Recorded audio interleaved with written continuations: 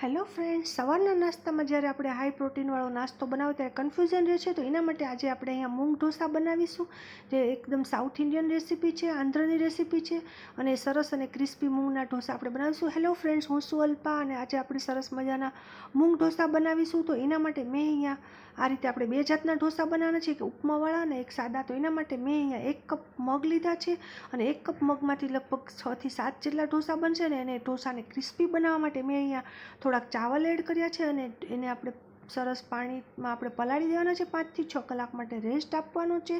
અને ત્યાર પછી મેં અહીંયા એક ગાજર લીધું છે અને સરસ મજાનું ખમણી લીધું છે અને એક ઓનિયન લીધી છે અને એક મોળું મરચું અને કોથમીર લીધી છે. તો આ રીતે આપણે એને સરસ મજાનું આ રીતે ખમણીને તૈયાર કરી લેવાનું છે આ બેટરને. અને ત્યાર પછી આપણા મૂંગ 5-6 કલાક પછી પલળી ગયા છે અને એનું જે પાણી છે, આપણે મગ ધોઈને પલાળ્યા હતા તો એ પાણી આપણે રાખવાનું છે. અને આપણે જ્યારે આ મગને આપણે મિક્સરમાં ક્રશ કરીશું, એનું બેટર બનાવીશું, ત્યારે આપણે એમાં જરૂર જણાય તો એ પાણીને એમાં થોડું એડ કરીશું. હવે એને વધારે ટેસ્ટી બનાવવા એક મરચું લીધું છે 2 અને આદુના ટુકડા અને કરીપત્તો અને જીરું લીધું છે દળેલું અને મીઠું ટેસ્ટ પ્રમાણે લીધું છે. અને ત્યાર પછી આપણે એને મિક્સરમાં ક્રશ કરીશું. તો અત્યારે મેં પાણી ન બરાબર લીધું હતું અને ત્યાર પછી તમે જોઈ શકો છો આ રીતે એની કન્સિસ્ટન્સી છે. તો હવે એમાં મેં થોડુંક પાણી એડ કર્યું છે જે મગનું હતું એ. અને ત્યાર પછી આપણે ઉપમા બનાવવાની પ્રોસેસ કરીશું. તો અહીંયા મેં એક પેનમાં થોડું તેલ લીધું છે, રાઈ લીધી છે. તેલ બહુ ગરમ નથી કરવાનું અને એક મોળું મરચું અને એને થોડુંક વધારે હાઈ પ્રોટીન બનાવવા મેં થોડીક મૂંગ દાળ અને બદામ એડ કર્યા છે.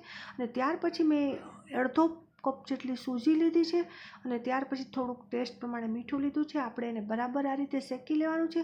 હવે આપણે જેટલું સૂજી હતું એનાથી 3 ગણું લગભગ પાણી લેશું. તો અહીંયા મેં પહેલાં 1 કપ પાણી એડ કર્યું, ત્યાર પછી બીજો કપ પાણી એડ કર્યું અને થોડી વાર પછી એ બરાબર મિક્સ થઈ જાય એટલે હજુ 1 કપ પાણી આપણે એડ કરવાનું છે. તો તમે જોઈ શકો છો, આપણે નોર્મલ ઉપમા બનાવતા હોત તો 2 કપ જ પાણીની જરૂર પડે, પણ આપણે આની થિકનેસ થોડીક વધારે લૂઝ રાખવાની છે, થોડી ઢીલી ઉપમા બનાવવાની છે, જેથી આપણે આ રીતે કરીશું. એની કન્સિસ્ટન્સી આ રીતે હોવી જોઈએ. એ જ્યારે હજુ થોડી વાર ઠંડી થશે એટલે ઓર એ થીક થઈ જશે.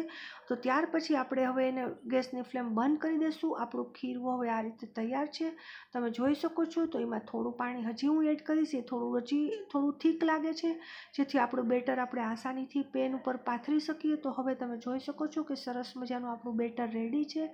તો હવે આપણે મૂંગના ઢોસા બનાવવા માટે આ રીતે એક નોનસ્ટિક પેન લેવાની છે, એને આપણે ગરમ કરી લઈશું અને ત્યાર પછી એમાં થોડું પાણી એડ કરીશું. તો આ રીતે તમે જોઈ શકો છો, તવાને આપણે ઠંડો કરી દેવાનો છે, જેથી આપણું ખીરું એમાં આસાનીથી આપણે પાથરી શકીએ. આ રીતે આપણે એને મિડલમાં આપણે સેન્ટરમાં ખીરું એડ કરીશું અને આપણે આ રીતે જેટલો આપણે મોટો આપણે ઢોસો બનાવવો હોય તો આપણે એને આ રીતે ચારે તરફ સ્પ્રેડ કરી દઈશું.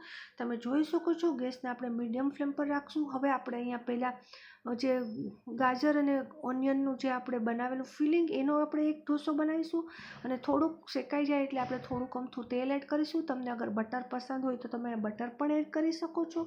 આ રીતે આપણે થોડુંક વાર આપણે 2 થી 3 મિનિટ રાખીને આપણે છરી વડે ચેક કરી લઈશું. તમે જોઈ શકો છો કે એકદમ સરસ સોનેરી કલરનો આપણો આ ઢોસો તૈયાર છે. હવે આપણે એને આ રીતે નીકાળી દઈશું. ત્યાર પછી આપણે બીજો ઢોસો આપણે ઉપમાવાળો બનાવીશું. એના માટે સેમ પ્રોસેસ છે, આપણે આ રીતે ખીરું પાથરી દેવાનું છે અને જે આપણે ઉપમા બનાવેલી એને આ રીતે એમાં એડ કરવાની છે, સ્પ્રેડ કરી દેવાની છે. ત્યાર પછી ગાજરનું ને ઓનિયનનું જે ફિલિંગ છે એ એડ કરવાનું છે અને સેમ પ્રોસેસ છે. અહીંયા તમે બટર એડ કરી શકો છો કે બીજો કોઈ મસાલો એડ કરી શકો છો અને ત્યાર પછી આપણે 2 થી 3 મિનિટ એને શેકાવા દેવાનું છે. તમે જોઈ શકો છો કે સરસ મજાનું એકદમ ક્રિસ્પી આ થઈ ગયું છે, ગોલ્ડન બ્રાઉન. તો આપણા ઉપમાવાળો આ પેરાશૂટ ઢોસો મગનો તૈયાર છે. ફ્રેન્ડ્સ, તમને અમારી આ રેસીપી કેવી લાગી જરૂરથી કહેજો અને એકવાર એક લાઇક કરજો અને તમારા ફ્રેન્ડ સાથે શેર કરજો. ફરી એકવાર નવી રેસીપી સાથે મળીશું, ત્યાં સુધી રજા આપશો. Thank you so much.